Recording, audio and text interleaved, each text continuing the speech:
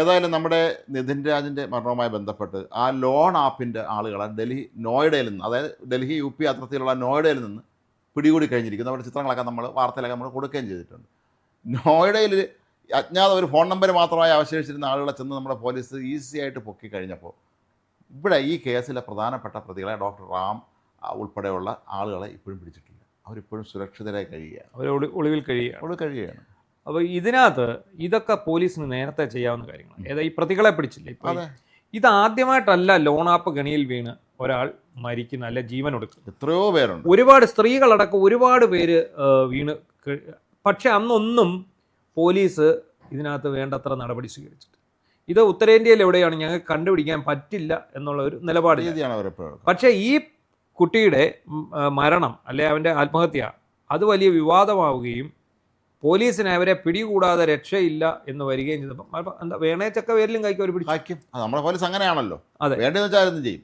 അപ്പോൾ അതായത് ഈ സൈബർ തട്ടിപ്പുകാരെ പിടിക്കുന്ന കാര്യത്തിൽ പോലീസ്, സൈബർ പോലീസ് സേന എന്ന് പറയുന്നത് നമ്മുടെ സൈബർ പോലീസ് സേന സത്യത്തിൽ നമുക്കൊരു അപമാനം തന്നെയാണ്, ഉള്ള വാക്കി പറഞ്ഞു കഴിഞ്ഞാൽ. അതിനൊരു ഉദാഹരണം ഞാൻ പറഞ്ഞു.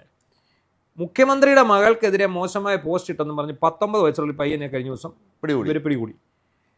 മുഖ്യമന്ത്രിയുടെ മകൾക്കെതിരെ ആണെങ്കിലും ഈ നാട്ടിലെ ഏതൊരു പൗരനെതിരെയാണെങ്കിലും സോഷ്യൽ മീഡിയയിൽ പോസ്റ്റ് ഇടുന്നത് അപകീർത്തിയാണ്. ഈ അപകീർത്തിപരമായ ഒരു കേസ് ഈ സൈബർ പോലീസിനെന്നല്ല ഒരു പോലീസിനും എടുക്കാൻ സാധിക്കില്ല. അപകീർത്തി കേസുകൾ കൈകാര്യം ചെയ്യേണ്ട സിവിലായും ക്രിമിനലായും കൈകാര്യം ചെയ്യേണ്ട ഇവിടുത്തെ കോടതികളാണ്. ഇപ്പം നമുക്കെതിരെ ഒരാൾ അപകീർത്തികരമായ ഒരു പോസ്റ്റ് ഇട്ടു, അല്ലെ നമുക്ക് വേണ്ടപ്പെട്ട ഏതെങ്കിലും സ്ത്രീകൾക്കെതിരെ പോസ്റ്റ് ഇട്ടു, ഇത് എല്ലാം അങ്ങ് പോട്ടെ. സിന്ധു സൂര്യകുമാർ എന്ന് പറയുന്ന ഏഷ്യാനെറ്റിൻ്റെ എഡിറ്റർക്കെതിരെ സുദീപ് എന്ന് പറയുന്ന മുൻ ജഡ്ജി വളരെ മ്ലേച്ഛമായ ഭാഷയിൽ പോസ്റ്റ് ഇട്ടു. കേസെടുത്തില്ല. സൈബർ പോലീസിൽ കൊണ്ട് കേസ് കൊടുത്തപ്പം അവർ കേസെടുത്തില്ല. എന്താണ് ഇപ്പം ഈ പറഞ്ഞ അനുഭവം ഒരുപാട് സ്ത്രീകൾക്ക് ഇവിടെ ഉണ്ടായി. നമ്മുടെ സ്ഥാപനത്തിൻ്റെ പേരിൽ എത്രയോ, നമ്മുടെ അതെ അതെ. ഇത് അപ്പോൾ എന്ത് ചെയ്യുന്നേ? നമ്മൾ ചെല്ലുമ്പോൾ സൈബർ പോലീസ് പറഞ്ഞു ഇത് ഞങ്ങൾക്ക് കേസെടുക്കാൻ പറ്റില്ല, ഇത് ഡിഫമേറ്ററിയാണ്, നിങ്ങൾ കോടതിയെ സമീപിക്കും. പക്ഷേ അതേ തരത്തിലുള്ള അപമാനം നേരിടുന്ന മുഖ്യമന്ത്രിക്കായാലും മുഖ്യമന്ത്രിയുടെ മകൾക്കായാലും അതുപോലെ CPMൻ്റെ നേതാക്കളായാലും അവരുടെ ഭാര്യമാർക്കായാലും ഉടൻ ഇവിടെ കേസ് വീഴും, FIR വീഴും. ഈ ഒരു ഇരട്ടത്താപ്പ് വളരെ കാര്യമായിട്ട് നമ്മൾ ചർച്ച ചെയ്യേണ്ടതാണ്. അതേപോലെ തന്നെയാണ് ഈ ലോൺ ആപ്പിൻ്റെ കാര്യം. ഇപ്പം CPM നേതാക്കൾക്കും അവരുടെ ഭാര്യമാർക്കും മക്കൾക്കും ഒരു പ്രത്യേക പ്രിവിലേജ് കേരളത്തിലുണ്ട്. അവർ ഭരണഘടനയ്ക്ക് അതീതരാണ്. എല്ലാവർക്കും ഉള്ള നിയമമല്ല അവർക്കുള്ളത്. അവർക്കെതിരെ ആരെന്തെങ്കിലും പറഞ്ഞാൽ അവർ കേസെടുക്കും. എന്നാൽ അവർ മറ്റൊരാൾക്കെതിരെ എന്തും പറഞ്ഞാൽ അതിനകത്ത് കേസില്ല, ആർക്ക് കേസില്ല. ലോൺ ആപ്പിൽ ആദ്യത്തെ ആത്മഹത്യ അല്ല. ഇപ്പം ഈ ആത്മഹത്യ ചെയ്ത പയ്യൻ്റെ പേരിൽ 4 പേരെ പിടിച്ചെങ്കിൽ അത് അഭിനന്ദനാർഹമാണ്, അത് അഭിനന്ദിക്കപ്പെടേണ്ടതുണ്ട്. പക്ഷേ അവിടെ അല്ല ഇതിൻ്റെ യഥാർത്ഥ. നമ്മുടെ നാട്ടിൽ ഉണ്ടായിരുന്ന ഈ 2-3 കക്ഷികൾ എവിടെ പോയി എന്നുള്ളതാണ്. ഈ നോയിഡ പിടിച്ചോണ്ട് വരുമ്പോൾ ഇവരിവിടെ സുരക്ഷിതരായി കഴിയുന്നുണ്ട്. അവർക്ക് മുൻകൂർ ജാമ്യത്തിനാണ് അവർ കോടതിയെ സമീപിച്ചിരിക്കുന്നത്. അവർക്ക് മുൻകൂർ ജാമ്യം കിട്ടുന്നതിന് വേണ്ടി തന്നെയാണ് പോലീസ് ഒത്തുകളി നടത്തുന്ന കാര്യത്തിൽ യാതൊരു സംശയവും. അതിനകത്ത് ഒരു കാര്യം, അവരുടെ ഒരു പോലീസിൻ്റെ ഒരു പോക്ക് എങ്ങോട്ടാണെന്ന് മനസ്സിലായില്ലേ? ഈ ലോൺ ആപ്പിലേക്ക് ഈ കേസ് ഒതുക്കാനാണ് ഇവരുടെ നീക്കം. ഇതിന് കാരണഭൂതമായത് ലോൺ ആപ്പിൻ്റെ ഇടപെടലാണ്. അതൊരു വാസ്തവമാണ്. ആ ലോൺ ആപ്പിൻ്റെ ഇടപെടലിനെ തുടർന്നാണ് ഈ അധ്യാപകർ ഇവനെ വിളിക്കുന്നതും സംസാരിക്കുന്നതും ഒക്കെ. പക്ഷേ ആ പയ്യൻ്റെ ആത്മഹത്യക്ക് ശേഷമാണ് ഈ റാം എന്ന് പറയുന്ന ആൾ ജാതി വെറിയനാണെന്നും അയാൾ മറ്റു കുട്ടികളോട് ഈ രീതിയിൽ മോശമായി പെരുമാറുന്ന ആളാണെന്നുമുള്ള കാര്യം പുറത്ത് വരുന്നത്.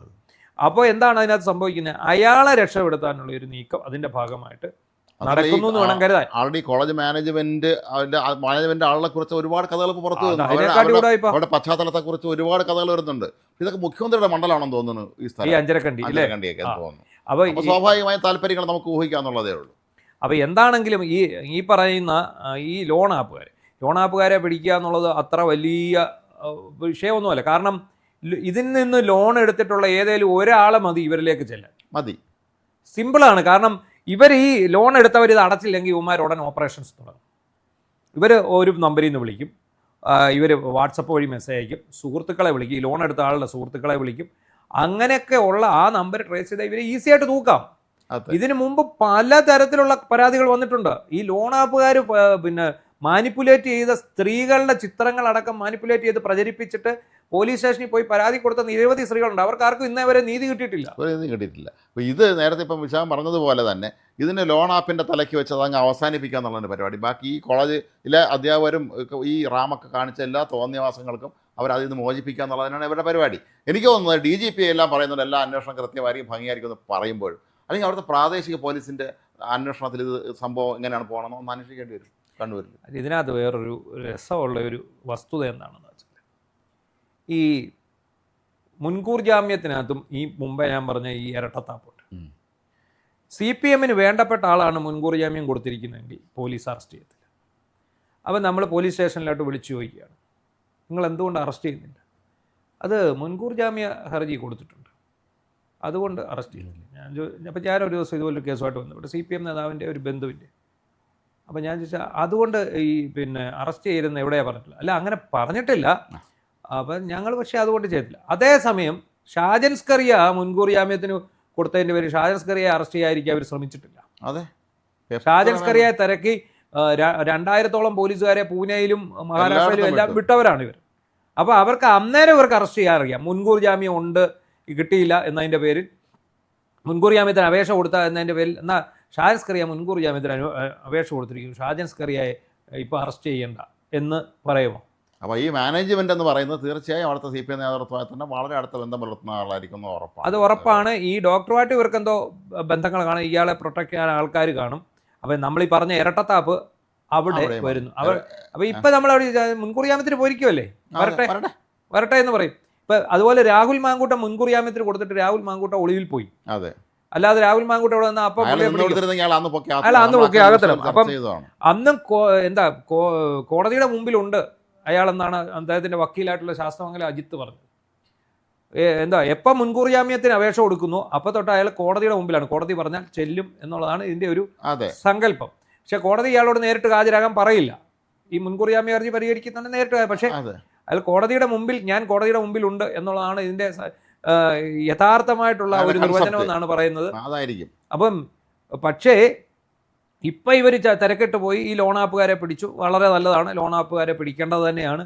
അതിനൊപ്പം ഈ നിതിൻ രാജിൻ്റെ മരണത്തിനൊപ്പം ഈ ലോൺ ആപ്പിൽ നിന്ന് ലോൺ എടുത്ത് ഈ കടക്കണിയിൽ അല്ലെങ്കിൽ ഇതുപോലെ ഇവരെ ഹരാസ്മെൻറ്റ് കാരണം കഷ്ടപ്പെടുന്ന ഒരുപാട് ആൾക്കാരുണ്ട്. ഒരുപാട് പരാതികൾ അതത് പോലീസ് സ്റ്റേഷനിൽ കാണും. അവർ അതെങ്കിലും എടുത്ത് അന്വേഷിച്ച് നോക്കണം. ഇത് ഈ കക്ഷികൾ തന്നെയാണോ അതിൻ്റെ പിന്നിലുള്ളത്, അത് വേറെ സംഘങ്ങളാണോ എന്നുള്ള കാര്യം അന്വേഷിക്കണം. ഒപ്പം ഈ നിതിൻ രാജിനെ ഇത്രയും ക്രൂരമായ രീതിയിൽ അപമാനിച്ച ആ കുട്ടി പ്രിൻസിപ്പലിന്റെ മുറിയിൽ നിന്ന് വന്ന് ഇറങ്ങി വന്നിരിക്കുന്ന ദൃശ്യങ്ങൾ നല്ല മനോധൈര്യമുള്ള പയ്യനായിരുന്നു. അതെ അതെ അതെ അതെ. പക്ഷെ അവൻ ഇത്രത്തോളം ഇതായിട്ട് പോകണമെങ്കിൽ വളരെ പരിമിതമായ ചുറ്റുപാടിൽ കഷ്ടപ്പെട്ട് പഠിച്ച് ഇങ്ങനെയൊക്കെ വന്ന ഒരു കുട്ടിയൊക്കെ വിളിച്ചിട്ട് ഇങ്ങനെ ഹരാസ് ചെയ്യുക എന്ന് പറഞ്ഞാൽ ഇത് വളരെ മോശമാണ്. ഇത് പലപ്പോഴും ഞാൻ കാര്യവട്ടത്ത് പഠിക്കുന്ന സമയത്ത് നമുക്കറിയാം, നമ്മുടെ മറ്റു പല ഡിപ്പാർട്ട്മെൻറ്റിൽ ഈ റിസർച്ചിൻ്റെ പേരിൽ നടക്കുന്ന ഇത്തരത്തിലുള്ള ഹാരാസ്മെൻറ്റുകൾ പലപ്പോഴും ഈ റിസർച്ച് ഗൈഡുമാരും ഈ റിസർച്ച് ചെയ്യാൻ വരുന്ന ആളുമായിട്ടുള്ള തർക്കങ്ങൾ, പ്രശ്നങ്ങൾ, ഒരുപാട് ഇഷ്യൂസാണ് പലപ്പോഴും. അത് ഒരാൾ ചിലപ്പോൾ അയാൾ വേറൊരു ജോലിക്കൊന്നും പോകാതെയായിരിക്കും റിസർച്ച് ചെയ്യാൻ ഇറങ്ങും. വർഷങ്ങളോളം റിസർച്ച് ചെയ്തിട്ട് അതിനെങ്ങും ഫലം കാണാതെ വന്നുകയല്ലേ പിന്നെ അയാൾ കുറച്ച് ജോലി കിട്ടാനുള്ള സാധ്യത പോലും ഇല്ലാതായി പോകും. അപ്പോൾ ഇതൊക്കെ തന്നെ ഇത് ശരിക്കും പറഞ്ഞാൽ ഈ എല്ലാവരും അല്ല, ഒരു വിഭാഗം കേടുകളെങ്കിലും ഇതൊക്കെ തന്നെ വളരെ മോശമായ രീതിയിൽ ഉപയോഗിക്കുന്ന ആൾ നമ്മുടെ നാട്ടിലുണ്ട്. പക്ഷേ ഈ ചെന്ന് തലവെച്ച് കൊടുക്കുന്നവൻ പിന്നെ അവൻ എങ്ങനെയെങ്കിലും ഇത് പൂർത്തിയാക്കി വല്ല കോളേജ് അധ്യാപനം ജോലി കിട്ടണമല്ലോ എന്ന് കരുതി അവൻ ക്ഷമിക്കും. അതാണ് സംഭവിക്കാറുള്ളത്. ശരിക്കും പറഞ്ഞാൽ കണ്ണൂർ മാത്രമല്ല, ഇത് എല്ലായിടത്തും ഇന്റേണൽ അസസ്മെന്റ് എന്നുള്ള ഒരു പരിപാടി ഞങ്ങൾ പലപ്പോഴും പറയാറുണ്ട്. ഇതിന് ഇന്റേണൽ അസാസിനേഷൻ ആണെന്ന് പറയാറുണ്ട്. കറക്റ്റാണ്. അത് ഇപ്പൊ ചേട്ടൻ പറഞ്ഞ ആ വാക്കാണ് കറക്റ്റ്, ഇന്റേണൽ അസാസിനേഷൻ. അതായത് ഏത് കുട്ടിയെയും തോൽപ്പിക്കാനും ജയിപ്പിക്കാനും പെർസെൻറ്റേജ് കൂട്ടിയെടുക്കാനും ഈ അധ്യാപകരുടെ പേരാത്തുമ്പിലാണ് ഇതിരിക്കുന്നത്.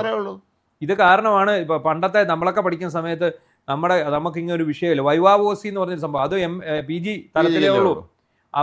അത് നമുക്ക് എന്തറിയാമെന്ന് അതിന് പോലും നമ്മളൊന്നും പറഞ്ഞില്ലെങ്കിൽ പോലും നമുക്ക് പാസ്സാകാൻ ആവശ്യമായ മാർഗ്ഗം അവർ തരും. അങ്ങനത്തെ ഒരു അവസ്ഥയാണ്. അതാണ് അധ്യാപകർ അന്ന് കുട്ടികൾക്ക് അധ്യാപകരോട് ഒരു നല്ല ബന്ധമുണ്ടായിരുന്നു. അവർക്ക് എന്തും പറയാനുള്ള, തുറന്നു പറയാനുള്ള ഒരു, ഇപ്പോഴും നമ്മുടെയൊക്കെ അധ്യാപകർ കോളേജിൽ പഠിപ്പിച്ച അധ്യാപകരോടൊക്കെ നമുക്ക് ഇപ്പോഴും ഒരു സൗഹൃദം. അതായത് ഒരു ഗുരുശിഷ്യ ബന്ധത്തിനേക്കാൾ ഉപരി ഒരു വലിയ സൗഹൃദമാണ് ഈ അധ്യാപകരുമായിട്ട് നമുക്കുള്ളത്. അപ്പോൾ നമ്മളിവിടെ പറഞ്ഞു വന്ന ഒരു കാര്യം, കേരള പോലീസിന്റെ ഒരു ഇരട്ടത്താപ്പും പ്രതികളെ രക്ഷിക്കാനുള്ള ഒരു നീക്കവും. ലോൺ ആപ്പുകാരനെ പിടിച്ചത് നല്ല കാര്യം, അത് അഭിനന്ദിക്കുന്നു. ഒപ്പം ഈ കുട്ടിയുടെ അത്രയും മാനസികമായി പീഡിപ്പിച്ച ഈ അധ്യാപകരെ വരെ പറയാൻ കൊള്ളൂല, അത്രയും മോശക്കാരായ ഇവരെ അടിയന്തരമായി എന്തുകൊണ്ട് പിടികൂടുന്നില്ല? ഈ മുൻകൂർ ജാമ്യത്തിൻ്റെ പേര് പറഞ്ഞ് ഒളിച്ചു കളിക്കാനാണ് ഈ പോലീസ് ശ്രമിക്കുന്നതെന്നാണ് നമുക്ക് മനസ്സിലാക്കാൻ കഴിയുന്നത്.